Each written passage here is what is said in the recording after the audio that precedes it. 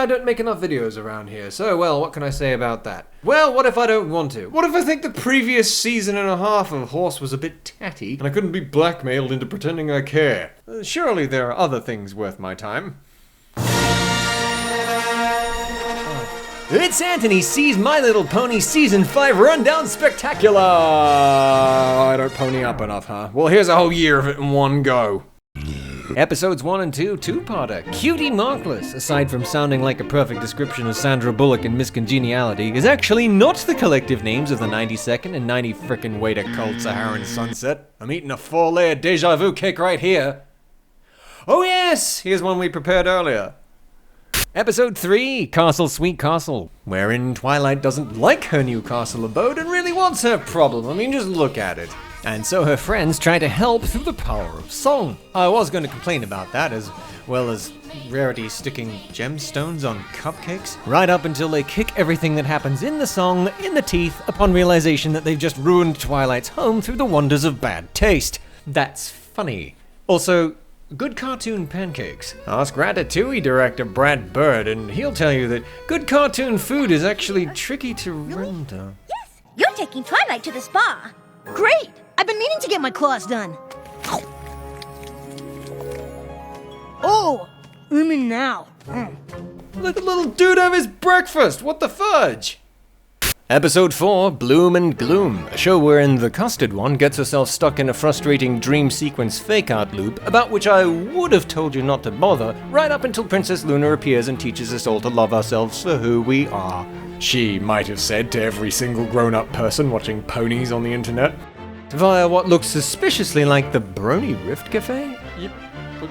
Yeah, with its million doors motif and super exclusive unmutable chat room that never shuts up and only every so often locks up my Skype client. No way! That'd be some spooky specific fan pandering. Not nearly as spooky as this bit, though. Apple Bloom's periodic dalliance with a creepy voice monster. What is that? I'm sure I can help with that, too. Ah! Lethal Aurora Mage!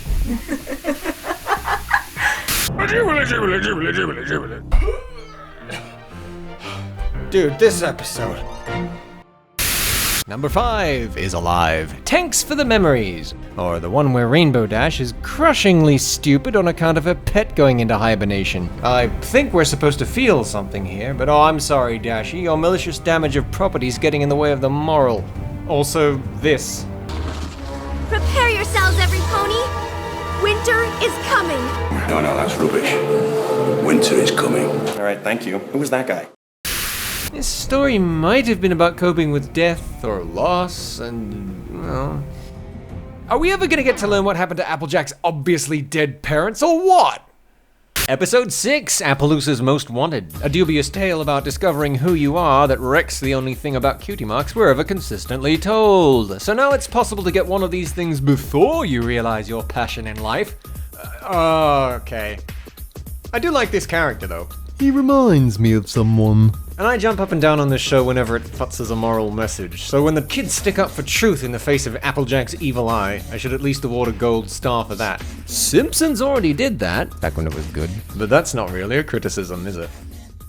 Episode 7, Make New Friends but Dis Keep Cord. Kiss Deep Cord. Frisk Deep Frisk Geek Porn. Shaky bakey, pepper steaky, flippy floppy, ipso facto, burly bandits, bushed Benji breaking Bernie's briny balls. This is a funny, fitting slice of life comedy starring John Delancey as Discord again. And guess what? This time not once does he pointlessly betray everyone for odious reasons and zero consequence.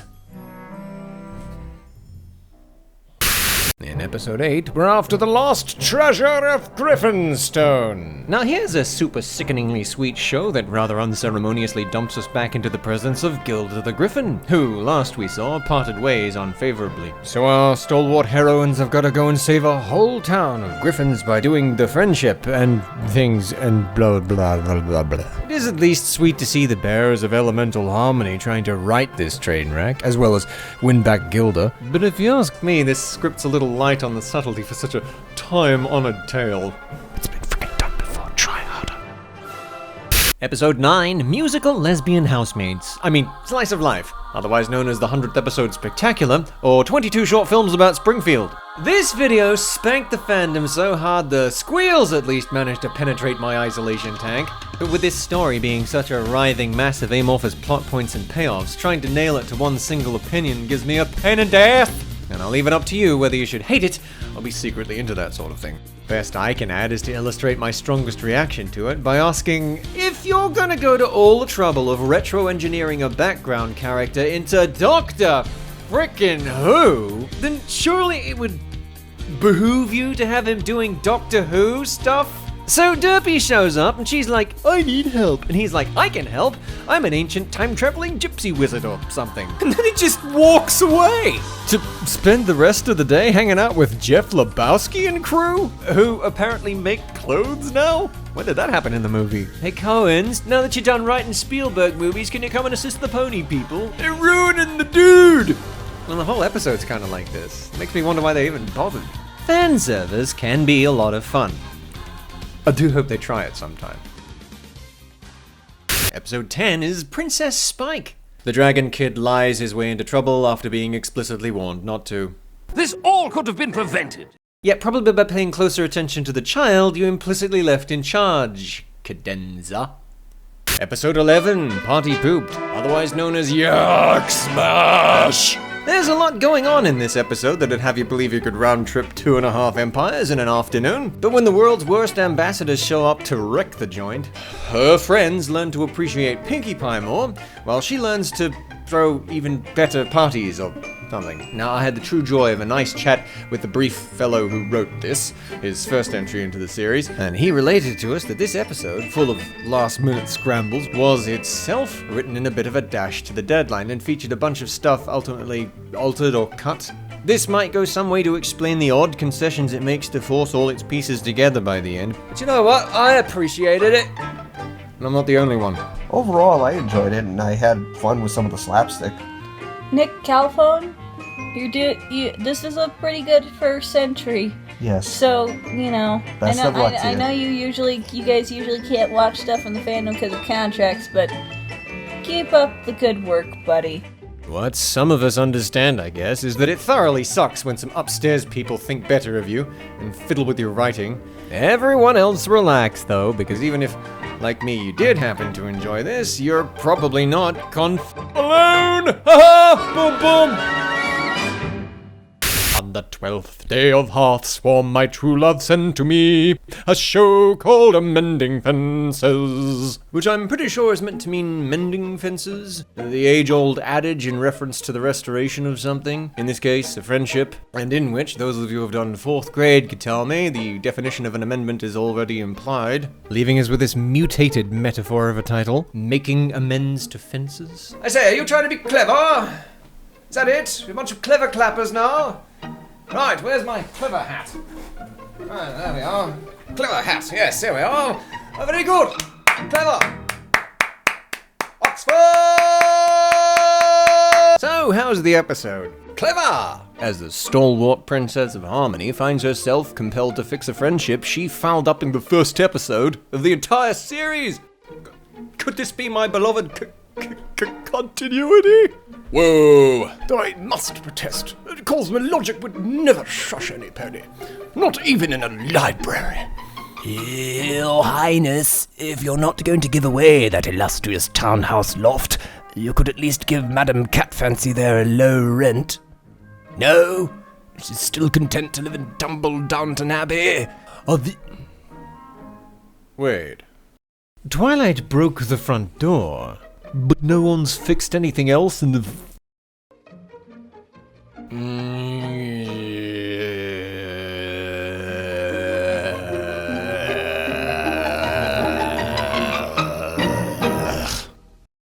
Episode 13, Do Princesses Dream of Magic Sheep? Ooh, I know that reference. That's a Philip K. Dick's Do Androids Dream of Electric Sheep, otherwise known as Blade Runner reference. I wonder what this episode has to do with that.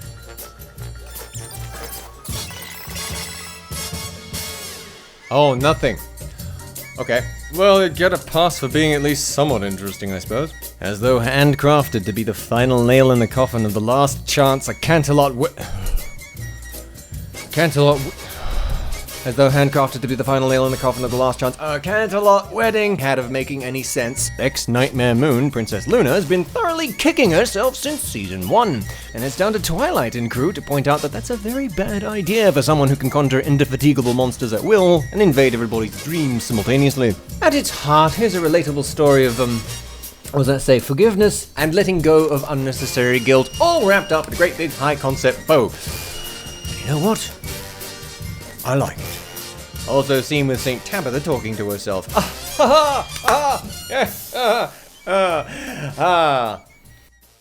Episode 14, Canterlot Boutique, or the one where Rarity has her dreams stamped on by consumerism, which at least in itself answers a pressing question I've pondered since Lauren Faust almost burst into tears that one time to tell us that Rarity's destiny was supposed to end in the old capital. That being, what happens to Rarity once she's achieved her dream? What she's supposed to do when... hire a regional manager? Oh. Okay. Cool. This episode's a loathsome, tedious, soul-crushing marathon for all the right reasons, as Rarity's mass production nightmares easily evoke images of Chinese sweatshop slaves hastily assembling Hasbro toys to stuff our Christmas stockings. Ooh, is that a bit harsh, a bit mean-spirited, a bit racist? Well, it turns out I was right. Seems the compassionate Marvels who owned Pony and gave Transformers to Michael Bay merchandised his films with toys made in inhumane conditions. I don't know about that. What do you think, Teddy Roosevelt?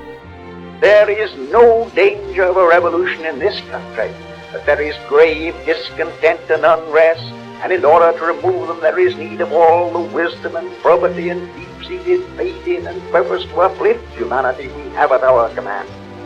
Friends, our task as Americans is to strive for social and industrial justice, achieved through the genuine rule of the people.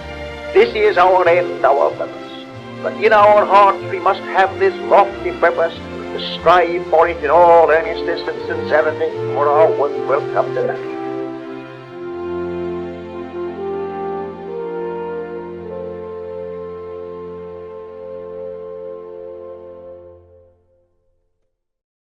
Episode 15, Rarity Investigates. What can I say about a good crime caper? And this time one featuring Ms. Marshmallow as the gumshoes. Well, not a lot, really, at least not without spoiling the fun of trying to solve it for yourself, if you've not yet seen it. So I'll try my best. Don't say I don't do anything for you. Now, I was worried that they'd do what they did last time we saw a pony mystery, which, if you remember, committed the crime of making the detective character privy to clues that the audience wasn't, rendering the big reveal ultimately unfair. But dude, no, this time they totally don't! It's a solid whodunit. Aside from a single clue involving scent, in which, lamentably, those of us without smell-o-vision cannot participate, we, the audience, are party to every other bit of evidence Rarity unearths in this terrific little tale. Right up until she finally foils the felon. Bow to bow. Very good. The 16th episode is called Made in Manehattan. Now, sadly, I've yet to visit the actual island of Manhattan, so maybe someone can tell me if it really is so bitter there as to warrant a whole episode of Pony made just to remind its citizens not to be horrible. Being miserable and treating other people like dirt is every New Yorker's God-given right. Yeesh! Well, good thing Applejack and Rarity have ditched the Sisterhood Social to come and help fix things. And make Peanuts references at us. Good grief. This isn't working. Well, I suppose it's at least worth looking into. That is, if we can ever get off this street corner. That's not a corner, AJ. Footpath? Curb? Sure, this ain't the kind of Big Apple you're used to, but oh, Coco Pamel? Your girlfriend lives in the corner penthouse of Spook Central.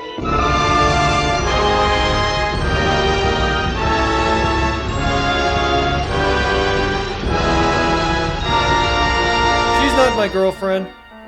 I find her interesting because she's a pony and she sleeps above the covers. She's also Kathy Westluck. So, I love your purple hair, by the way. Excuse me, I love your purple hair. Center, the guy in white. Right there. Yep. He says you have the best hair of all of the cast members. You know, I've been told my hair just is too perfect, so you know what?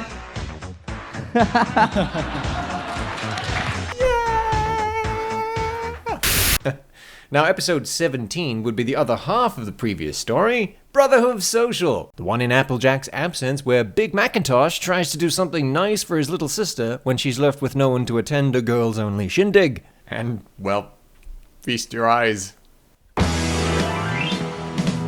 Now, if you don't know her, Peter knew. He's this here stunning stallion's voice actor. And when you meet him, unlike Big Macintosh, you'll find that he really loves to chatter. And truly, it's okay that during the day, he gets paid to shut his mouth. But when he's put to the test, still done a nice fancy dress that I'm beside if it doesn't cosplay. Yeah, it's just a sweet transvestite from largely asexual old Equestria. Now everyone knows the scene ain't always gold, and sure can make a fool inclined to whinge. And for my dear macho kin, self-conscious in your own skin might make you #cringe. But an outlook of hate is always such a mistake. Sad to think some of you ever would find some thug in the hood wearing a sourpuss could really ever hurt the brony hood. When you're all on your own, there's no excuse to feel sad. You've got a hoof full of candy at home. Since that's a lot to swallow, you'll either stay or you'll go. But baby, leave Big Mac alone! He's just a sweet transvestite from largely asexual old Equestria.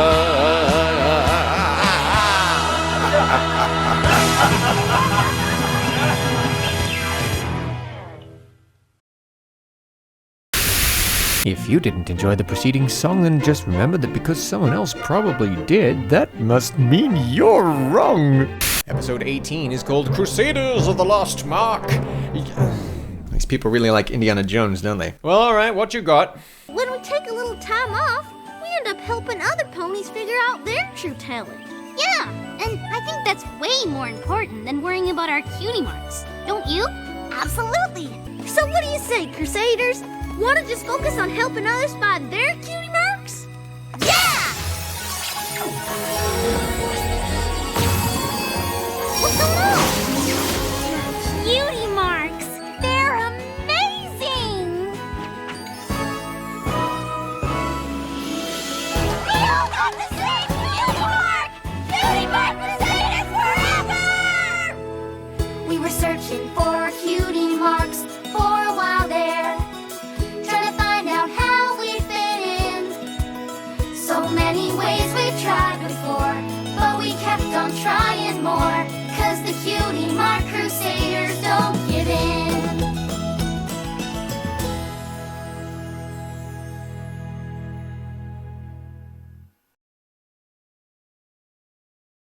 The cutie marks are silly. Episode 19, the one where Pinkie Pie knows. Dude, this season I've watched the Avengers tackle an army of killer robots, Daredevil fight Vincent D'Onofrio, Frank Underwood push someone under a train, and Big Boss getting fondled by Johnny Storm, and none of it has managed to eke half the tension I felt watching this bubblegum mentalist try to keep a secret for 15 minutes. The faces she pulls, and you are right there with her. She can't handle this torture. She tries, she breaks, and you think, ah, well, at least it's over, and you think, oh, no, saved by the bell, and it keeps going. Holy balls. This is the most riveting television I've seen all year, and I just discovered Rick and Morty. Pinkie fights her flaws and to do the right thing so hard that you just can't help but care about her. Care about Pinkie Pie. I care now. You make me care more. Get out. Whew, nearly there. Episode 20, Hearthbreakers. Wait, Hearthbreakers? As in heartswarming? The obligatory secular Christmas stand-in designed to offend and to please no one? No, wait a minute, we're not doing a Halloween special this year? Sit on it. So anyway, let's smush the sunny effervescent apple folk and the fusty old puritanical pie clan together and let the fur fly!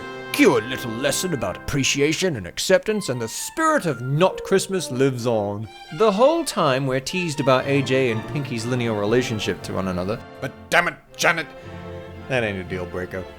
And then there's Maud. Maud wants to sing some heartwarming carols that she wrote. The first one is about rocks. They're all about rocks. Always a delight. And so are her sisters, who are... wait, what? What the... Marble Pie, you want to wish Big Mac a happy heartwarming, don't you? And you too, right, Big Mac? Yep.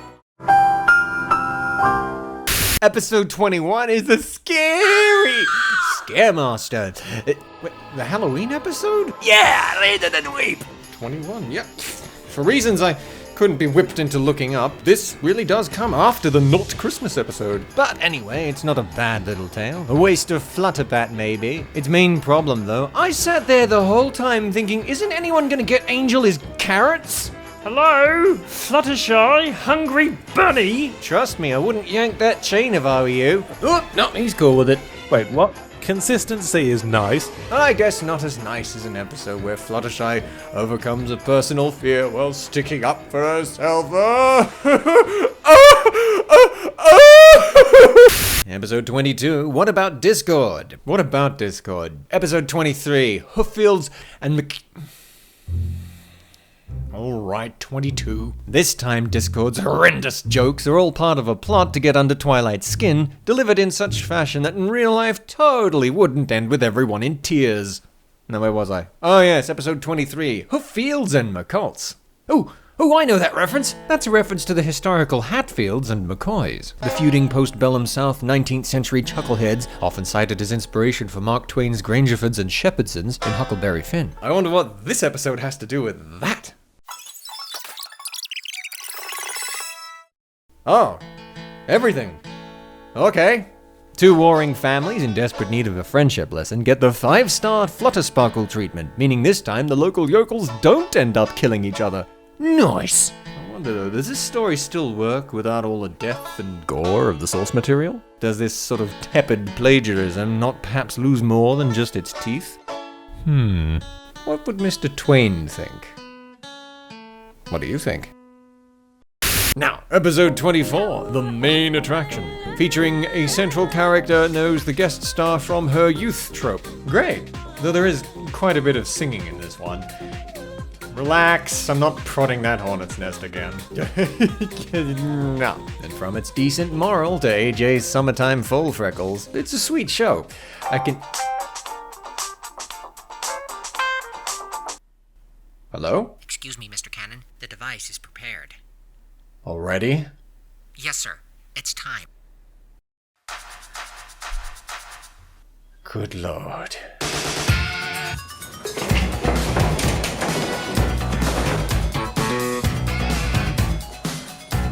Wow.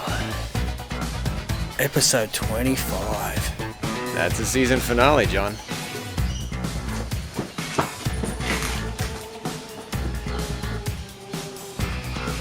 Well, guess I always knew it'd end up just you and me.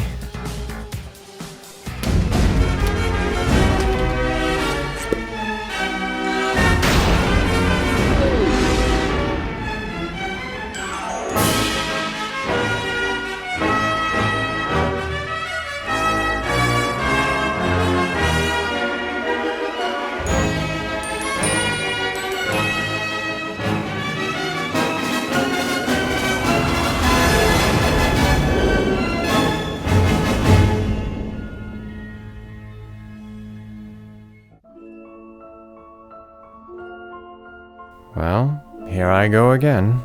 Back into the brilliant beige. I must use this time wisely. Perhaps ponder the richness of why.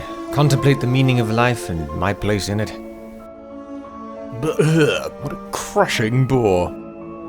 Still, I have to wonder why I keep doing this to myself. Will these people ever again finish a season properly? Well, I guess we're about to find out. Alright, MLPG4 Year 5 season finale. Show me what you got! Show me! I wanna see what you got!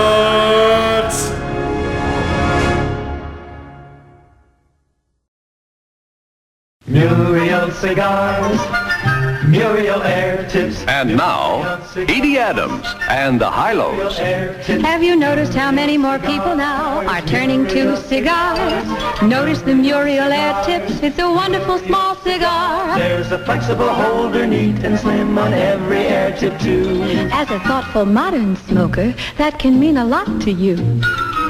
Join the crowd that smokes mild. Join the millions of smokers who enjoy Muriel air tips. Remember, whenever you want to smoke that's light and so polite, every pack of Muriel air tips is a pack of smoking delight. The taste is something special, and the blend is really sublime. Pick up a Muriel air tip and smoke it sometime. Muriel.